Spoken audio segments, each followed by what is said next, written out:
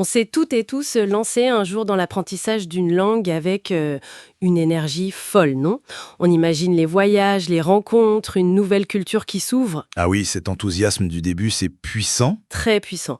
Et puis, voilà, quelques temps après, on réalise que la motivation commence à flancher. C'est souvent là que ça coince. Maintenir cette flamme sur la durée, c'est un vrai défi. C'est humain, je crois. L'apprentissage, c'est un marathon, pas un sprint. Justement, c'est exactement ce dont on va parler aujourd'hui. Comment on fait pour entretenir cette motivation pour qu'elle nous porte vraiment? On va s'appuyer sur les réflexions d'un spécialiste de l'acquisition des langues qui a mis en lumière 5 stratégies, 5 secrets pourrait-on dire. Des stratégies basées sur la recherche, c'est ça qui est intéressant. Tout à fait. L'idée, c'est de décortiquer ensemble ces approches pour voir comment, concrètement, on peut surmonter les obstacles psychologiques ou pratiques qu'on rencontre tous. Alors, allons-y, explorons ça. La première stratégie mise en avant, c'est l'importance de se fixer des objectifs. Mais pas n'importe comment. Des objectifs clairs, atteignables et qui ont du sens pour nous. Oui, sortir du flou de «je veux être bilingue». Exactement. Le texte suggère l'approche SMART, donc spécifique, mesurable, atteignable, relevant et temporellement défini. Par exemple, je veux pouvoir tenir une conversation de 10 minutes sur mes habitudes quotidiennes en espagnol d'ici 3 mois. Ça paraît structuré. C'est une excellente base. Le côté mesurable et temporellement défini, ça donne un cap clair. Mais le R de relevant, il est absolument crucial. C'est là qu'intervient ce que la recherche appelle la motivation intrinsèque versus extrinsèque. La théorie de l'autodétermination de Deci et Ryan, elle explique bien ça. Ah oui, expliquez-nous un peu. En gros, si l'objectif est lié à un intérêt profond, personnel, genre vouloir regarder ses animes préférés en japonais sans sous-titres ou pouvoir parler avec sa belle famille, cette motivation intrinsèque, elle est beaucoup, beaucoup plus solide. Que de devoir passer un examen, par exemple. Ça, c'est externe. Voilà. L'objectif doit vraiment connecter avec notre pourquoi. Pourquoi je veux apprendre cette langue? Et ensuite, il faut le découper. Personne n'atteint un sommet en un seul bond. Des étapes plus petites. Oui, Visi disant 50 nouveaux mots de vocabulaire par semaine. Ou réussir à commander au restaurant sans aide. Et surtout, et ça c'est fondamental, il faut célébrer ces petites victoires. Se donner une petite tape dans le dos. Exactement. Ça crée un cercle vertueux, ça renforce la confiance et ça donne envie de continuer. Un objectif bien défini et personnel découpé, et avec des célébrations, c'est un moteur puissant. D'accord, je vois. C'est très clair. Objectif clair et personnel. Passons au deuxième point. Adopter un état d'esprit de croissance. Le fameux growth mindset. Qu'est-ce que ça veut dire dans ce contexte? Alors ça vient des travaux de Carol Dweck, une psychologue américaine. L'idée centrale, c'est de croire que nos capacités, y compris linguistiques, ne sont pas figées, qu'on n'est pas juste doué ou pas doué. Mais qu'on peut les développer par l'effort, la pratique. Précisément. Et c'est un changement de perspective énorme pour l'apprentissage, parce que beaucoup de gens sont bloqués par la peur de faire des erreurs. Ah oui, la peur du ridicule, de mal prononcer, de faire une faute de grammaire, ça paralyse. Tout à fait. L'état d'esprit de croissance, lui, il invite à recadrer ces erreurs, à ne plus les voir comme des échecs personnels, mais comme des indicateurs. Des informations utiles. Voilà. Une erreur, c'est juste une information qui nous dit « Tiens, ce point-là, il faut le retravailler un peu ». C'est une opportunité d'apprendre, de progresser. Et c'est d'ailleurs en lien direct avec ce qu'on sait du cerveau, avec la neuroplasticité.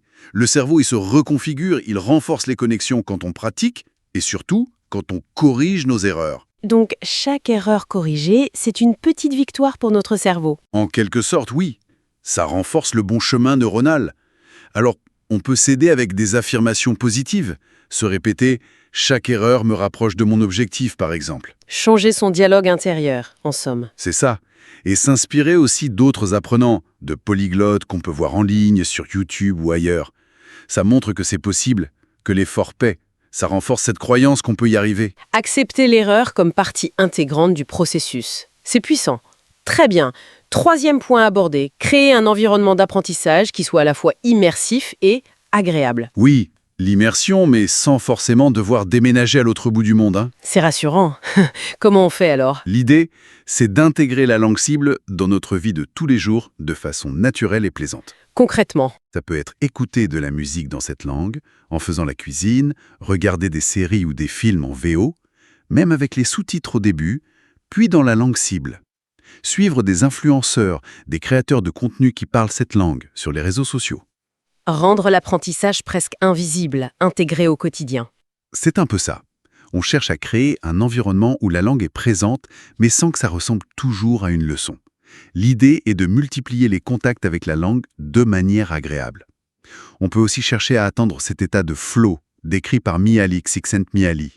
C'est quand on est complètement absorbé par une activité qui est stimulante, mais qui reste à notre portée. Trouver le juste équilibre, quoi. Ni trop facile, ni trop dur. Exactement. Choisir des ressources adaptées à son niveau, mais qui représentent quand même un petit défi.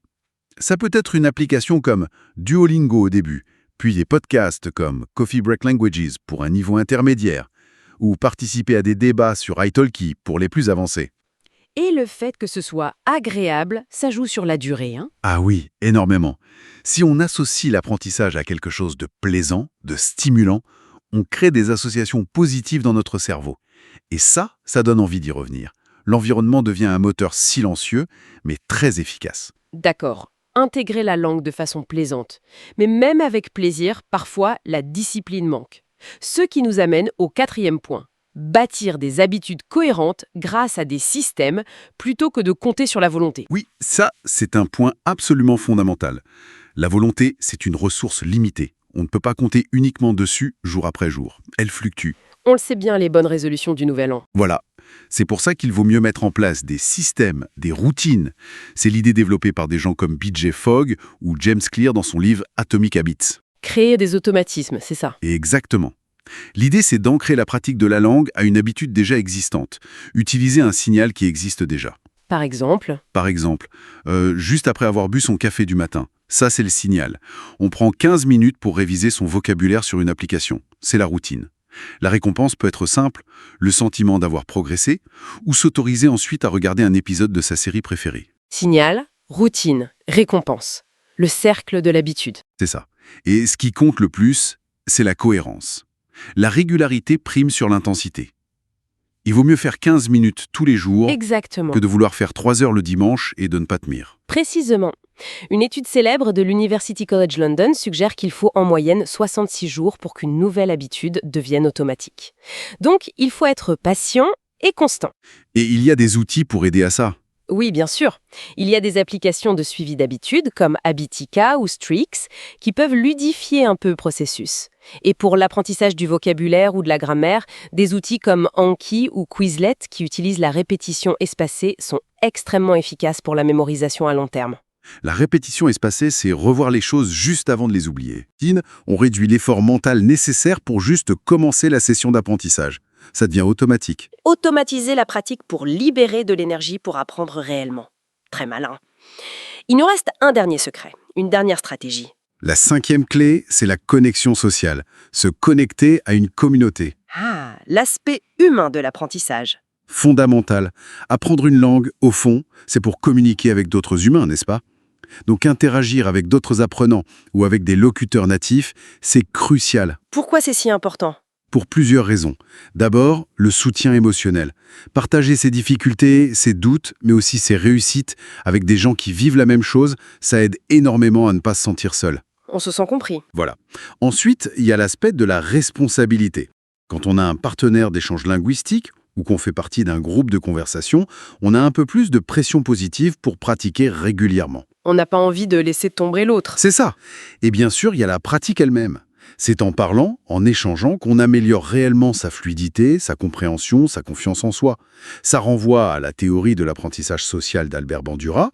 On apprend beaucoup en observant les autres, en interagissant, en recevant des encouragements. Et comment trouver cette communauté ? Aujourd'hui, il y a plein d'options. Des applications d'échange linguistique comme Tandem ou HelloTalk permettent de trouver des partenaires partout dans le monde. Il y a des plateformes comme Meetup pour trouver des groupes de conversation locaux ou même virtuels maintenant. Et bien sûr, on peut aussi travailler avec des tuteurs sur des sites comme Preply ou italki. L'interaction rend l'apprentissage plus vivant, plus concret. Tout à fait. Le langage redevient ce qu'il est, un pont vers les autres, un outil de connexion. Et ça, créer du lien, c'est intrinsèquement motivant pour nous les êtres humains. C'est vrai. Donc, si on résume, ces 5 stratégies. Fixer des objectifs clairs et personnels, adopter un état d'esprit de croissance face aux erreurs, créer un environnement agréable et immersif, bâtir des systèmes d'habitudes solides et se connecter à une communauté. Elle forme un tout assez cohérent, oui. Une approche beaucoup plus stratégique et durable que de juste compter sur l'enthousiasme initial. On comprend mieux comment on peut activement construire et entretenir sa motivation. Mais il y a quand même des obstacles qui peuvent survenir, non ? Même avec ces stratégies. Bien sûr. L'apprentissage n'est jamais une ligne droite. Un obstacle très courant, c'est le fameux plateau intermédiaire. Ce moment où on a l'impression de stagner, de ne plus faire de progrès visible. Oui, c'est très décourageant. Que faire dans ce cas ? Souvent, la solution, c'est de diversifier ses méthodes. Si on fait toujours la même chose, on risque de tourner en rond. Essayer de nouvelles approches, tenir un petit journal dans la langue cible, jouer à des jeux vidéo, regarder des documentaires sur des sujets plus complexes. Secouer un peu sa routine. Sortir de sa zone de confort en quelque sorte. Exactement. Un autre obstacle, c'est le perfectionnisme. Vouloir parler parfaitement tout de suite. Ce qui est impossible, bien sûr. Évidemment.